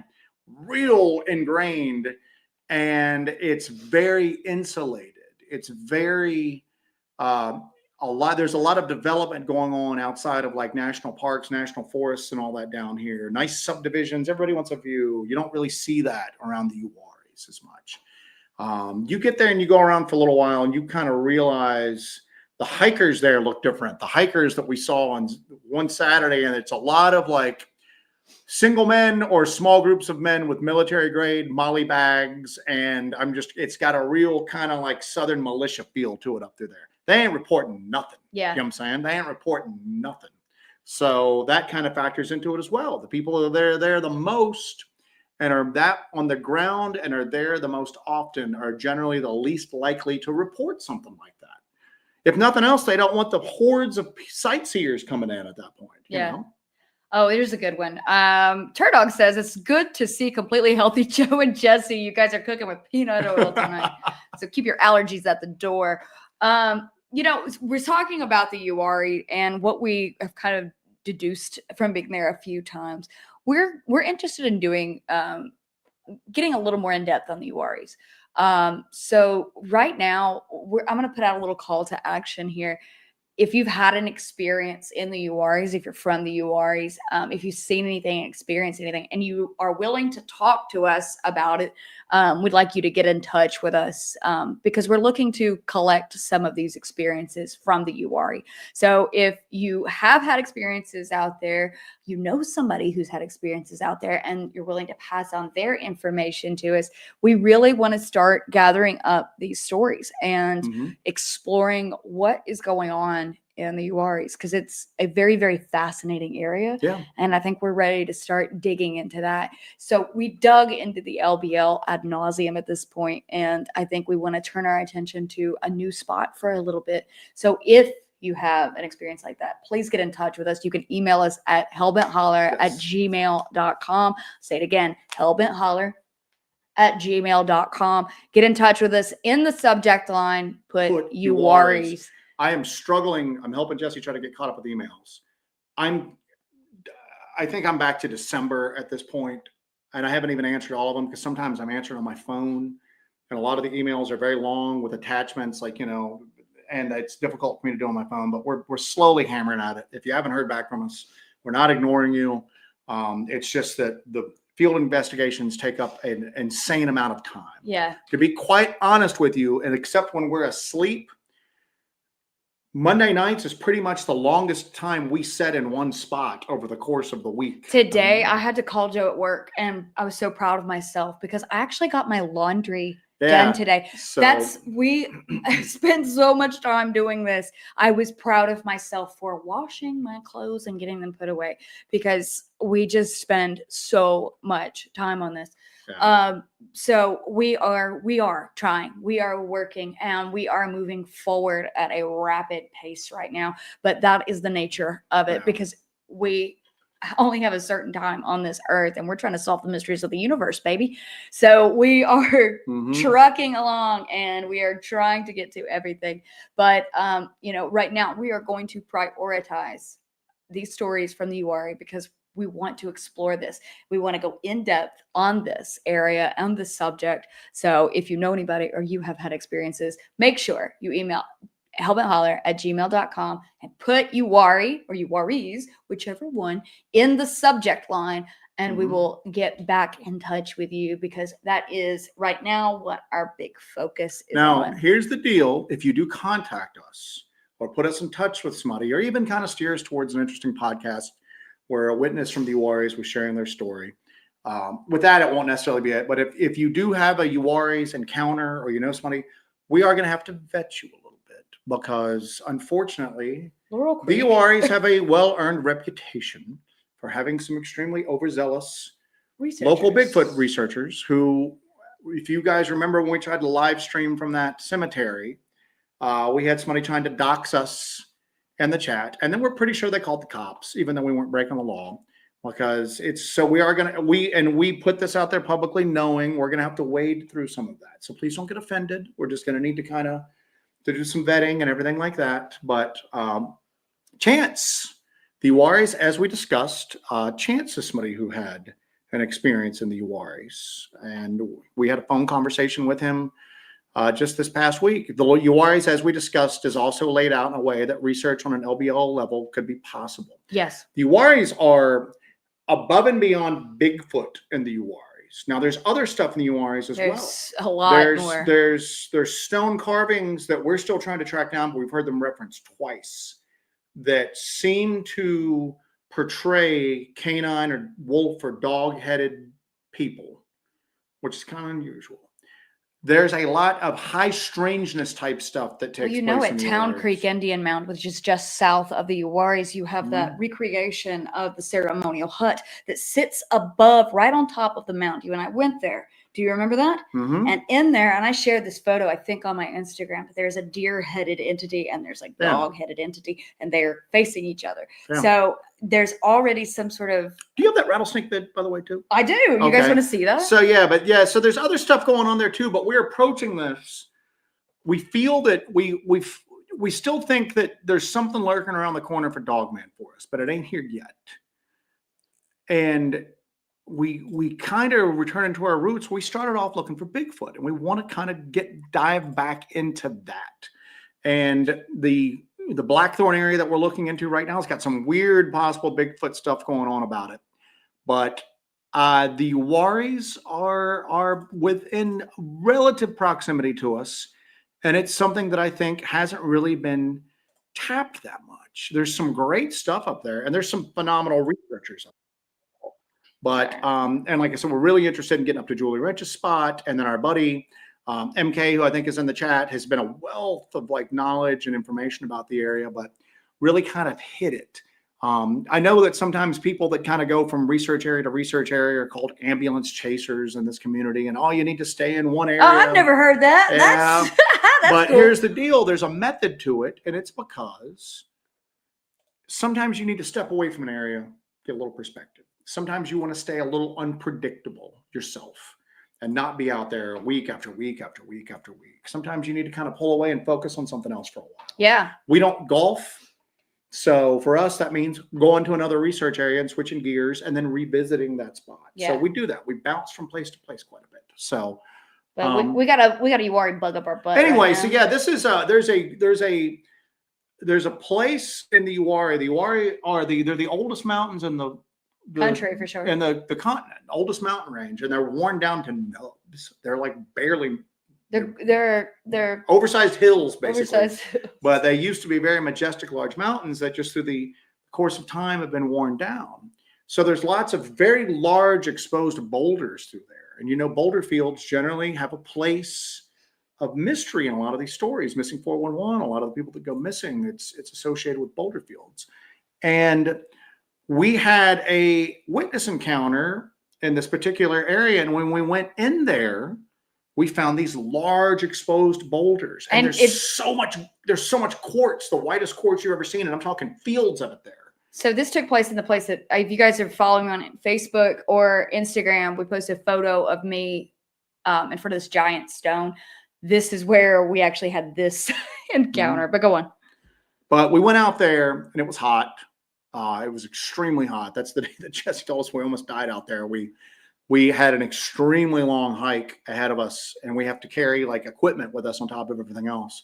So we plotted out, and we knew where we were going to be able to filter water at, and everywhere was dry. Everywhere was dry. The streams were all dry. Nowhere water to be found. We're rationing our water. It's hot as hell. It was crazy. So we went out to these standing rocks, and we checked around for snakes. We got it. We kind of very carefully kind of moved into the area, and we actually pulled out because these large boulders, they feel so weird. We had a tri-field meter with us.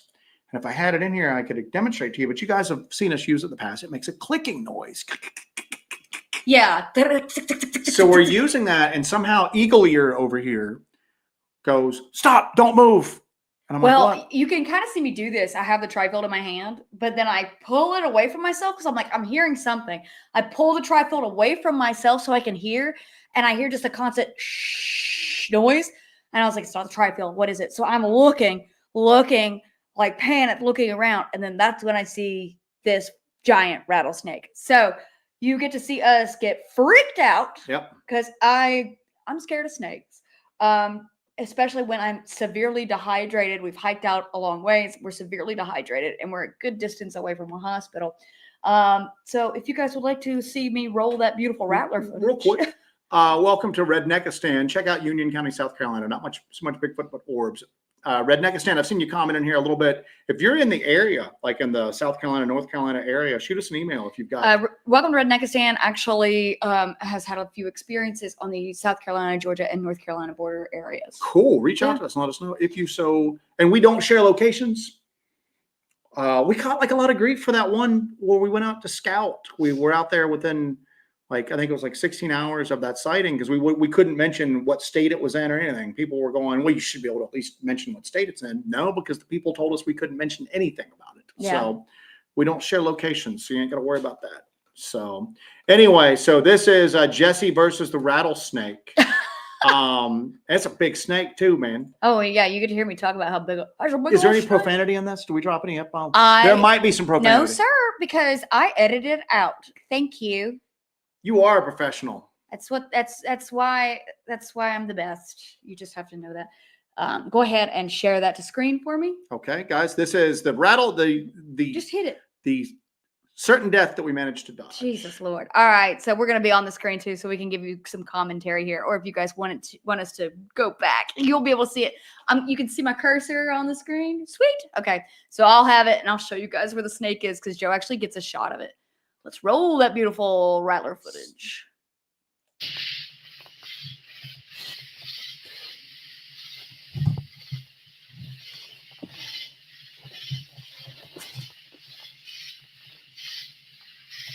This does not feel like a very welcoming place. No, not at all.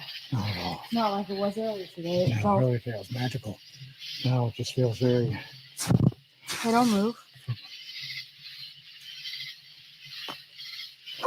Don't move. There's a giant snake right there, okay? Right, move back over towards me. I'm standing here. I'm not going anywhere. All right. That's a big one. Oh, Jesus. Good catch. That's a rattler, baby. All right. Come on. That's a rattlesnake. Come back over towards me. Get off All that right. line. I'm coming. Come on. Come on. All right. That's a really big rattlesnake. Come on. Come on back over towards me. I'm coming. Don't keep telling me that if I'm coming. Doing what you're telling me. Don't just tell me that over and over. I got to put this away, okay? Right. That's a really big rattlesnake. I know. That's the biggest rattlesnake I've ever seen in my life. All right. So hold on. We got to get out of here. We need to get the fuck out of here like right now. I'm done. Yeah, we're done. We got to let this homeboy go. Yeah. Go get a shot of that bad boy, though. I ain't getting too close to him. He's right here. Holy moly. Yeah. Oh, my God. Yeah. Look at him. Check around us right now. Yeah. I heard the leaves moving. Good catch. I was like, don't move. Good catch. Hold on. Is he coming this way? Yeah, well, we might need to. Okay. He's going. Let him go. All right. Oh, my God. That sucker's big. Yeah. Oh, we're out of here. We're done. We're out. Holy shit, that's a big rattlesnake. Back in the wintertime. Look, his rattle's up. Look at him. I know. Look how big he is. How big do you think he is? Is he 4 feet long? Approximately, yeah. Oh, my God. All right, listen. We done. Yeah, we need to get. We're trapped. Move around this way. Yeah. Move around this way. He's going, but. Move around this way. I'm moving. Okay, right. I can't go through you. Okay, so just kind of watch the ground with me. Here's what we're gonna do. What? I'm going white light. Yeah, no, go complete white light. And. You need to make sure your white light is on. You are on red right now, okay? Yeah, but my top one's on. Okay. Well, I don't want you bit. I know.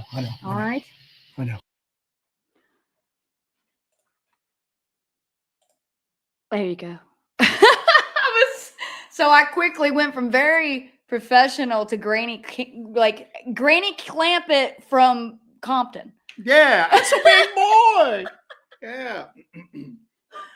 And here's the thing too, is that we wanted to get out there. I don't want to kill it. I don't want to kill a snake. I mean, there's crazy because like rattlers, they're very predominant in the Uwaris right now. There's actually a campground that you can't go to. Campsites you can't go to. You have to hike to. It's an old scout camp, I believe. And there's a sign as you approach it that says, "Beware the doom that came to Eden," because there's been so many aggressive snakes, aggressive rattlers out there.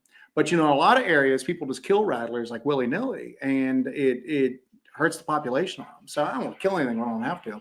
So we just decided to get out, man. That was a big boy too, man. Oh my God, yeah, yeah. And you know what's interesting is that happened last summer, towards the end of last summer, right after I got home from that incident. What did I do? I was obsessed with decorating the house with what? Just snakes. Snakes, like everywhere. We got snakes everywhere. It's like a den of serpents in here. Yes, so, yeah. I don't know what it is, but yeah, I had a weird obsession with getting snake decor for the house. The house is full of snakes now. Mm-hmm. But yeah, that was crazy. And that's why we are not going back during the summer ever again. But it was real quick, couple things. Bristol, we need a "We Done" T-shirt. And then nut slap. Damn, Jesse is Southern. Oh yeah, and it comes out bad. It's a big boy. It's a big boy. It's no, literally living with her. It's like living with like Elvira and like Granny Clampett from the Beverly Hillbillies, like mixed in one. It's crazy. So, Better with the Irish has a snake room. Well, if we run back across this one, we will mail it to you. Just put him in the mail. So anyway, we got a little off track tonight, but guess what? If you've been watching the show, you're used to that by now. A little off track tonight, but this is something that we're kind of mulling around a lot. Is that if we can figure out why we can't find Sasquatch, maybe we can adapt our approach to it to maximize our chances of actually being able to film that encounter. Yeah. To be able to get more data on it. And you hear that? We got a damn cat trying to scratch his way into the podcast studio. Right? Well, he knows it's after 9 o'clock, and he's like, "You guys are done at 9 o'clock usually. I need to be fed. I want to get fed. And then I need to be tucked into bed." So yeah. So anyway, that's what we're going to. So again, we're probably going to revisit this topic in a few weeks since we got off track tonight, and we got sidetracked with the LBL, which I'm sure is going to stir some stuff up. But we'll see how that goes. But pot stir that. My little ladle. I'm a little ladle, baby. Stirring that pot. Stirring it. I'm like, we were like in tandem for that. We were in tandem for that. Look at that. Choreographed pot stirring. But thank you, Miranda. So anyway, we're going to wrap it up here in a few minutes. And again, we want to reiterate. Bring the cat in. Did somebody say that? Yeah, somebody needs to let him in. Our buddy South Force says a true Southerner would have handled it. I've been to snake handling churches from where I'm at near West Virginia, where my granny's family was from. There were snake handling churches. Did you go back, Joe? No, I didn't go back. So yeah. So there you go. No. Anyway, so if you, again, the Uwaris, we got a project coming up on that. If you have experiences in the Uwaris, if you know somebody who's had an experience in the Uwaris, please reach out to us. Put Uwari in the tagline of that email. We're going to be doing keyword searches for Uwaris to see what all comes through. Yeah. Chance, if you're still watching, I'm going to get back in touch with you as well. We've got some cool stuff coming up, man. Wheelman Stan, no need to kill a snake in the wild, but if it's in my yard, if that was in my backyard, I'd kill it. But if I'm in its territory in the woods. Shortly after getting back from that too, I also got some Danner snake boots. Oh yeah, we've got snake gators that actually our buddy Centurion sent it to us. We haven't seen tonight, but that cat is losing his damn mind. Welcome to Redneckistan. If MK Ultra is who I think he is a great resource. He is a phenomenal resource. I don't know whether he is who you think he is. But he is. What is that supposed to be? I don't know. He asked earlier if MK Ultra was Mike. Yes. So that is who you think it is. Yeah, that's who you think it is. He's a good guy. So he's a great guy. Great guy. Friend of ours. So anyway, we're going to wrap it up now, folks. Thank you for joining us on this extremely meandering, unorganized. I think this was the best show we've ever done. Always looking on the bright side. So, but it had it all. What do we got coming up? Snakes. What do we got coming up? Jesse is going to start releasing the Blackthorn investigations that we have done so far. Yep. We got a lot of footage on that. Yeah. It's basically right now it's limited in how much time she has to sit down and edit, but she'll be having some of that stuff come up. We will probably do another live stream from the field via the miracle of satellite uplink, probably Starlink. this weekend. Yeah, Starlink uplink. We will probably be doing one of those this weekend. So I know a lot of people aren't getting notifications. So we will try to do our best to let everybody know when and where we're going to go live and to go from there. So anyway, we'll make that announcement on the Discord. If we do a members live, we'll do an announcement on the Discord. Everybody's saying the same thing. Alan says that snake was just cruising. Oh, that snake was just, his rattle was just a little up, but otherwise we weren't bothering him. He wasn't bothering us. Bro, he was cruising right into my fear center is where he was cruising into. So. All right, guys, we got to go take care of this rabid cat. All right, I got to feed this cat. He's losing his mind. Thank you guys for joining us tonight. Don't forget, if you've had an experience in the URAs, do email us. Grace, I'm taking that $10. I'm buying lottery tickets. Yeah. And if we win, we're hiring you as the unpaid intern. We're rich, but we're not stupid. Hands off that intern. So anyway, thank you, Grace. Thank you for joining us tonight. Make sure you hit that like button on the way out. Make sure you are subscribed. Make sure you share the show with your friends. Share our videos with your friends. Our field investigations are a lot of fun. They're crazy and sometimes quite frightening. I think there's a little bit of something for everybody in there. So share our videos with your friends. Open that door and let that dang cat in here. I cannot handle him anymore. Come on, buddy. Jeez Louise. Thank you guys for joining us. Y'all take it easy. Have a great week. Give me that cat. Give me that child. He's so good. Thomas. Show the cat's feet. Thomas is a polydactyl cat. Thomas wants you guys to know that he loves you very much. He wants to eat. He's very, very hungry. Hold one of those mitts up to the camera. Can you get it up? He's polydactyl. He's got little thumbs. He can grab pencils and stuff like that. It's the craziest thing ever. But Joe and I and Thomas want to wish you guys a great week. Make sure you have an awesome week. You guys take it easy. Take care of yourselves and take care of each other. Thomas, tell him bye, bud. Yeah, good job. You're doing awesome. All right. Bye, guys. Have a good night.